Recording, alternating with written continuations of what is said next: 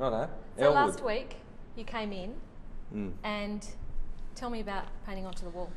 Oh, look, that was kind of nerve-wracking because it's a fairly flash white space, but in the beginning that's what these works are about reclaiming that very flash white space and putting something that's, you know, like a lowbrow form of art, graffiti, on the walls of the space and reclaiming it in a highbrow sort of context. Yeah, great. Now, when this was first painted, the wall would have been the studio wall, right? Yeah. So did you sketch it out in aerosol and, of course, it went off onto the wall as you were working? Yeah, yeah. I actually did the drawing all over this canvas, and it went over other canvases as well. Right. Just playing around with ideas, a huge big drawing, and then started to play around with the ideas of this fairly formal, traditional style of landscape painting underneath, with that, you know, and really basic conflict of materials, aerosol and oil paint, and a landscape, and then this great big horrifying skull image in the sky. And I reckon that sort of the bringing together of the opposites is why it works so beautifully. And we chose it for the cover for that reason, because it sort of represents the two parts diametrically opposed of the way you work. So drawing with the spray can and then layering on the paint as thickly as you can. And I think the best paintings are all about pushing the boundaries a little bit more, and something about me losing control of the medium maybe that makes them interesting. Yeah. So I wasn't setting out to make a landscape or a portrait in this painting. I was just setting out to find my way across the surface of the canvas. Beautiful. When you finished it, did you think this is a ripper? Or how did you feel about do you recall how you felt at the completion of this work? Yeah, look, it was the last landscape painting that I have made so far. I haven't made another landscape painting since this painting. Yeah. And that's partly why it was called, well, a few reasons to why it's called Farewell Winter. It's also, I guess, symbolic of the whole environmental thing of the destruction of the climate and the heating of the planet. And, you know, people say, I hate the cold. Well, you should enjoy it while it lasts, because we might lose it forever. And it's also about farewelling my days of painting the landscape, when I started to find more of an autobiographical way of creating images about myself rather than about the landscape, and rather than referencing paintings from the last 150 years of Australian art history, start making images about myself. Great. Let's go and check out the next room, shall we? Cool.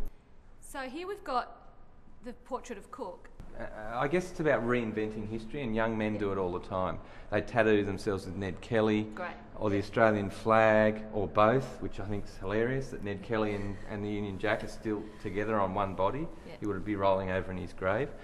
And it's all about that sort of idea of men, Australian males, making up these, you know, big parts of history to try and define themselves as Australian. And Captain Cook was the first white man to walk here and take the place. And also I think there's this inherent violence in what he stood for, and that was the whole idea of this, of literally squashing him together and destroying the surface. Sure. So making something beautiful in a way, ignoring the fact that there's this darkness, by destroying the surface and making something more beautiful. When people said to you, you're going to paint your son, or your newborn, you said, don't be ridiculous, how cliched, how nostalgic. So what happened? Well, his little yelling head in the middle of the night. It was true. When people asked me, will I paint my son before he was even born, I was so embarrassed. Thought, you heathens, you know? How could I? But it was so obvious, and he fitted in because he was a boy as well, I think, and my fears for him and his future, going through the periods of madness that I went through from 15 to 25.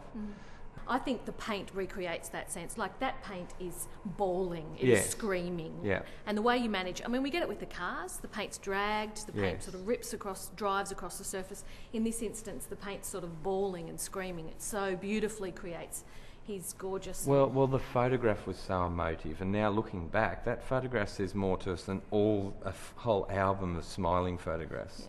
Yeah. It's not about distress for us, it's about this, you know, my paternal love towards him, overwhelming love, and feeling that I coaxed him through that period of that distress, and a very natural part of a little child's life. Yeah, and also really important for me to use a camera. You can't do a drawing of a baby doing that.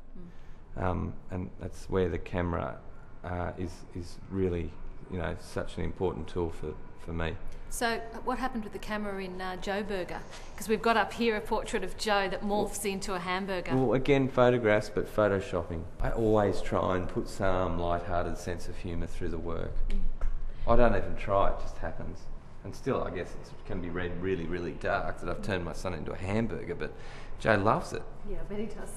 This idea of one thing becoming another, one state morphing into another, is something that runs through your work from very, very early on. You can see it here in the portrait of Adam Cullen, before and after. It's a really nice conversation, isn't there, with the sort of head of Adam Cullen in this case and the Joe paintings over here. But this sort of before and after horror and beauty, as we said before, two things sort of butting up against each other, and the way they smash each other, I think is one of the reasons that your work is so appealing. Yeah, well, yes, I'm not conscious of trying to make decisions about that with imagery, but I think there's so much more, it's so much more dynamic if there's something going on. We might move into next space. Cool. So in the first room of the gallery, you've painted onto the walls, but here you've gone absolutely berserk. What's happening? How long did it take? How did it happen? Well, in here, it's quite quick. It's not mapped out. It's just I want to add a frame onto this painting of Jesus. And I started working on these images of Jesus after doing a residency in Barcelona and looking. It's not why I went there, but I went there to study graffiti culture in Spain, and I ended up looking more at Catholicism and this version of Catholicism in Spain that's all about very decorative, over-the-top, beautiful floral arrangements in these tiny little ancient stone churches, and they're all Rorschachs. And it's different to the Catholicism that I grew up with. I was brought up as a Catholic, and that whole fear of worshipping objects means that there's not that opulent, overwhelming beauty in churches that they have in Spain. And sometimes the sort of macabre or even the occult sort of coexists. Like sometimes they're really dark and dramatic and obviously Gothic in their architectural origin. And so you've got that sitting alongside this imagery of Christ. And these two things come together in this. So you've got you went to explore graffiti culture, which you've sort of got in here, and then the painting of Jesus as well. Look, it's also, I guess, in similar way that first one was, it's an image of this very important historical figure that's shrouded in mystery and reverence and all these sorts of ideas, and then this graffiti scrawl around it, which includes naked female forms and almost like the little beautiful graphic tags on the side of trucks surrounding it. Yeah, beautiful. But over the top, which is what the painting is. It's over the top as well. It's a massive overuse of materials. It's probably 5 litres of paint on the painting. Wow. And then Rorschach, so it's destroyed, so that playing around with that idea again of the destruction of the image to make something that's more graphically beautiful. And then the really cheap aerosol scroll around the outside, which took no time, 20 minutes of a scissor lift going up the wall. Now the duplication, or the idea of the diptych, I love too, because that links back particularly to the triptych. And the Rorschaching idea I linked in when I was in Spain, I linked with the idea of the Shroud of Turin. That's actually a fraud that's this image left on something. So it's like pulling apart the image, and again, the very basic idea of what a Rorschach and the inkblot tests were. That you find God in the butterfly. Into this thing, and if you do see an image, you're meant to be showing signs of paranoia, and yet you look into this, and quite obviously, especially from the distance that's given to you in this museum, you see God looking at himself as well. Fantastic. Brilliant. Thank you so much, Ben Quilty. Cool. Thanks for having me, Lisa.